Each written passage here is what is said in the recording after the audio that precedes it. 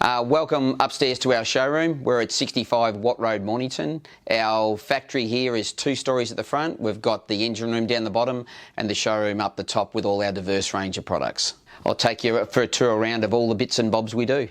We specialise working with people, builders, homeowners and architects that value installing quality equipment. Mitsubishi Electric is one of the many products we work with. I've actually grew up as an apprentice 32 years ago working on Mitsubishi equipment, and like we were saying tier 1 with solar panels, Mitsubishi I would regard as tier 1 aircon manufacturer. As we walk through to the solar and battery room, you can see we also do hydronic heating, whether it be in slab or hydronic panels. This also integrates with things like such as Mitsubishi and Daikin. Welcome to the solar and battery room, where we've got the main 3 panels we're using at present and the main 3 inverters.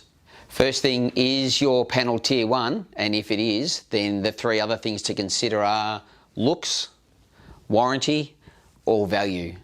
After 23 years in business and 15 years being involved in solar, there's 3 ways that I would consider actually doing solar. What I have at my house and mum and dad's is the safest solar, which is in-phase microinverters. What we have on some large projects is the second safest way to do it, which is this solar edge with voltage optimizers.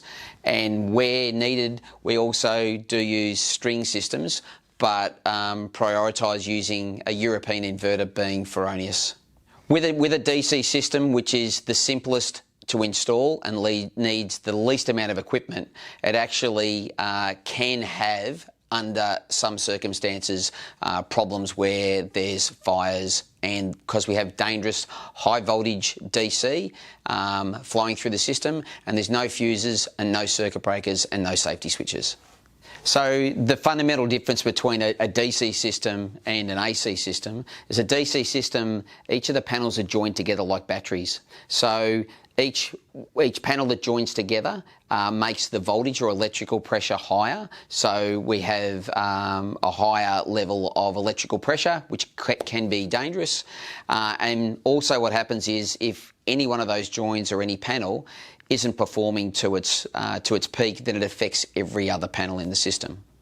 So in summary, this is like the weakest link in the chain is what will stop the system. So this is probably the most unreliable way to do it because everything is in a row and is all reliant on everything working properly, and also due to the no circuit breakers, safety switches and high voltage DC, it has the higher level of risk compared to other systems.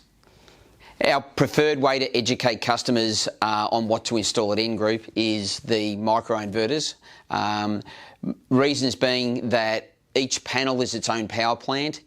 One panel doesn't affect any other panel, so everything's independent, and most importantly being that we're dealing with normal 240 volt AC electricity, same that comes out of our power points and your lights, and it's protected by circuit breakers and safety switches. So all the wiring up to the roof is the normal wiring that we use in a house, and it's protected by the relevant safety equipment. So as each panel with a microinverter on the back of it is its own independent power source, we don't have to have all the panels facing the same direction and or the same orientation, the same tilt. So if someone has a roof that has lots of multiple angles on it, then hence this is the best system to use.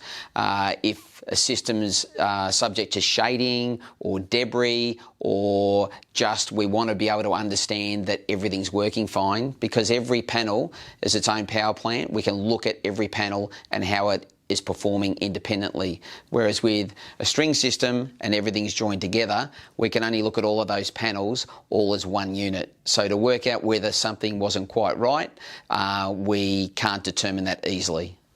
So in summary, what we always suggest to people is to consider spending the extra for the safety of a micro inverter system over the lower capital outlay of a DC system.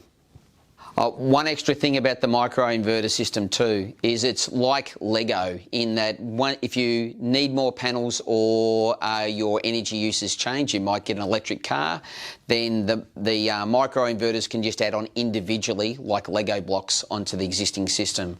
Whereas once we have a string system, if we want to add more on, typically we need to start again with another inverter and a total another system in parallel to what's already there.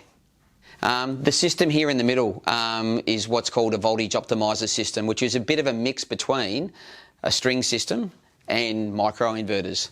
In short, we still have a big box on the wall, like with a string system, and we have a small little box that goes behind each panel, and it actually separates. We get some of the benefits of a microinverter system where each panel operates individually, but we still have a big box on the wall and we still have high voltage DC. We find this has a price point advantage, especially in the commercial arena, and that mostly of our Solar Edge installs have been on larger commercial sites. Over the last decade, we've actually been involved in quite a number of batteries, from saltwater batteries, traditional lead acid batteries, small block batteries, Tesla batteries and LG Chem batteries. And really what comes down to me, my learnings from those are that at present, like the leader by a long way, which has the hamburger with a lot really, is the Tesla battery. Explain why the Tesla battery is really the leader. From a consumer point of view, all the things you think a battery should do, then the Tesla does, and most others will either do close to what the Tesla does or not quite as much. But they have a price point to be under that, whereas the Tesla has everything involved in it.